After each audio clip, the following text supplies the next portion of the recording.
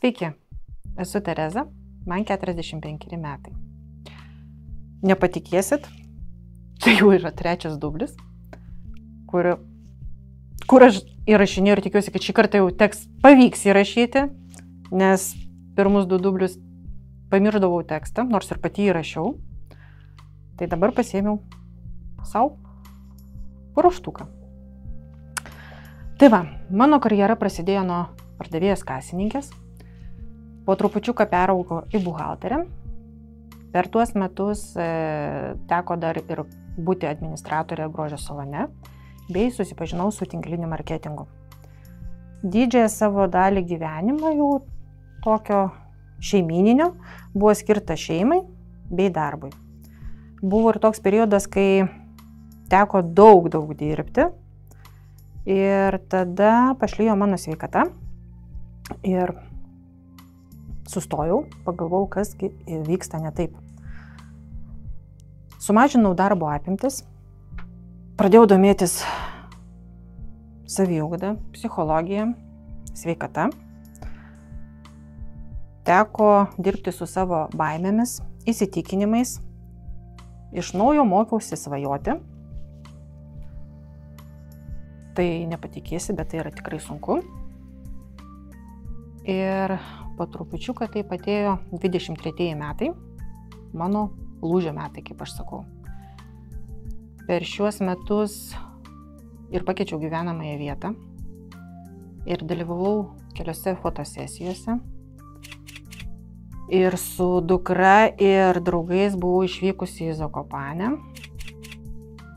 Aktyviau pradėjau vesti savo socialinius tinklus Facebook'e ir Instagram'e.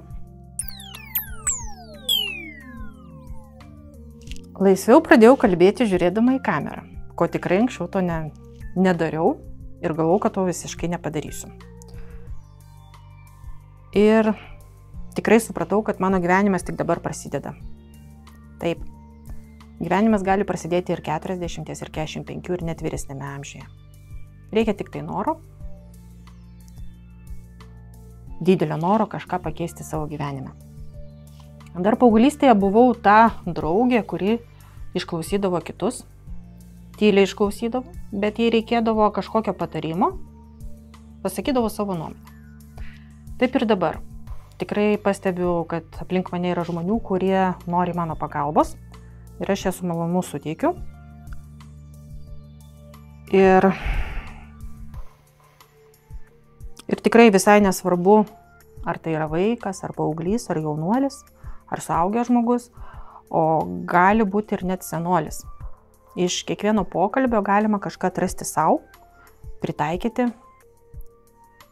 Ir tai po trupučiuką gimė tokia kaip ir mintis, idėja įkurti savo kanalą YouTube, nes pagalvojau, kad tai bus didesnė nauda didžiai daliai žmonių.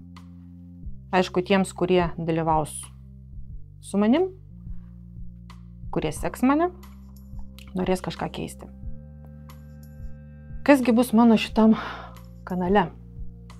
Tai bus pokalbiai ne tik mano vienos, bet ir šnekinsiu pašnekovus, kurie dalinsis savo patirtimi, savo nuomonę, atvirai. Tai čia santykiai ir šeimoje, ir su vaikais, ir antrąją pusę tėvais. Ir kaip jie pasiekė vieną ar kitą rezultatą. Manau, kad tai tikrai bus įdomu ir naudinga. Tai iki susitikimo kitą savaitę.